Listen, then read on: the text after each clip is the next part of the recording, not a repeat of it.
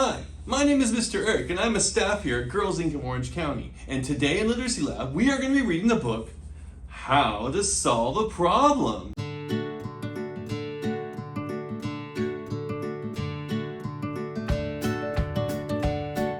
Do you like climbing on things? Do you like solving problems and puzzles?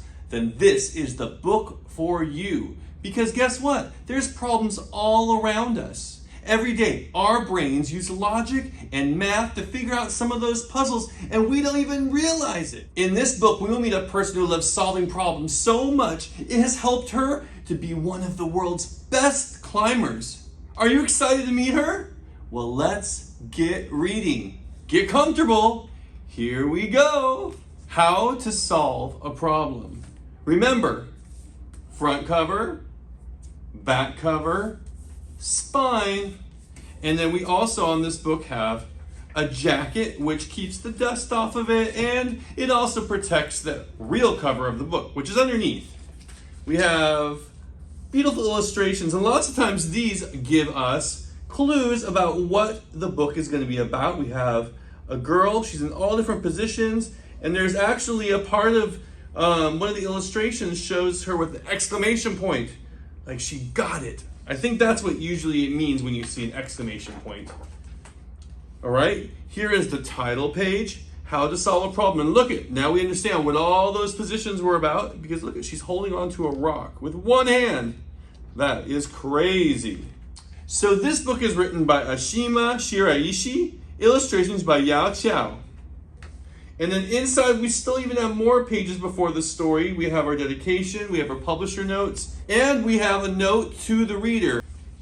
I am Ashima.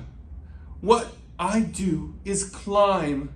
What I do is solve problems, which is to say, I make them mine. We climbers call our boulders problems. We also call our problems problems. And to solve them both is sort of the same. Once I had a problem, and it stretched into the sky. It was tremendously endless. It was bigger than thinking. It was as huge as the air or the night or the planet. It was a problem bigger than any I had ever seen. And I've seen plenty. So she's been climbing for a while, I think, and this particular boulder or rock was so huge and so complicated to climb, her brain was just like, what? There were twists and turns. There were places that looked as slick as glass. One part arched like a question mark. Another part stuck out like my father's elbow in a photo I had seen of him dancing. And another was shaped like the bolts of fabric stacked in my mother's sewing room. I sighed and clapped my hands full of chalk, which is what I do before I solve a problem. Do you know why climbers and other athletes like gymnasts put chalk on their hands? Keeps them dry and not slippery, all right? It's very important. You don't want a slippery hand when you're holding on at the top of a rock with one hand. No, you don't want to slip. No. I held this problem in my head. I mapped out every step, each place I would put my hand, and then I began to climb. Dug my toe into the dot of the question mark, jammed my fingertips into the bend of my father's dancing elbow, kicked my leg over my mother's fabrics. And then, for a moment, the world slipped out from under me. I was climbing on nothing but air. So is she falling? It really looks like she's falling to me. The ground beneath me rushed up and pressed into my back like the hand of a giant named Gravity.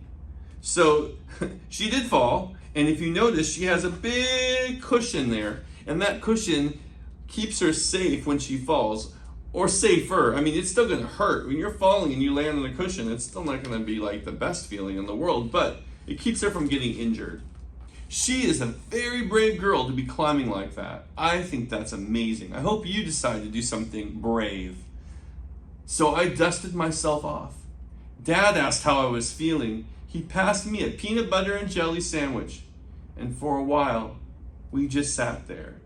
Then, when I was ready, I looked at the problem again with the new information the fall had given me.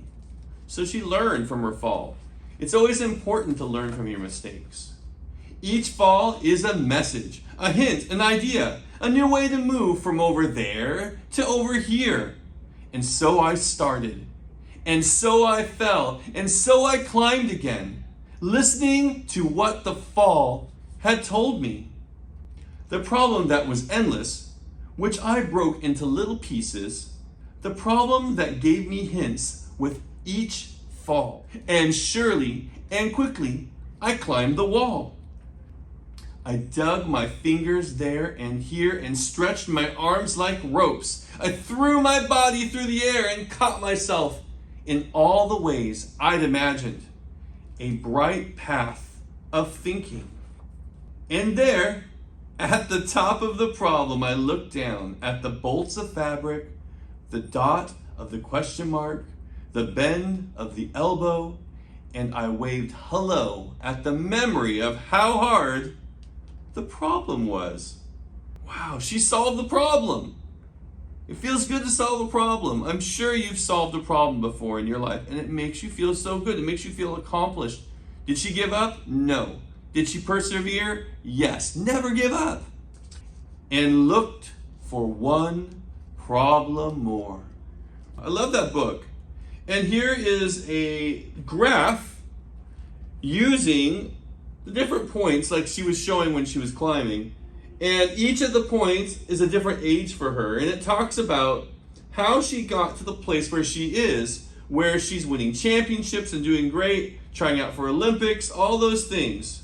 At such a young age, she already was one of the world's best climbers. She is strong, she is smart, and she is bold. Guess what? She even tried out for the 2021 Olympics, but she didn't qualify. Do you think she's going to give up? I doubt that. I think she's going to be back in there for the next Olympics. It doesn't look like she gives up very easily. Well, I hope you liked our How to Solve a Problem book.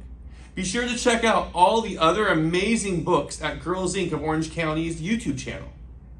Well, until next time, remember, you are strong, smart, and bold. Bye.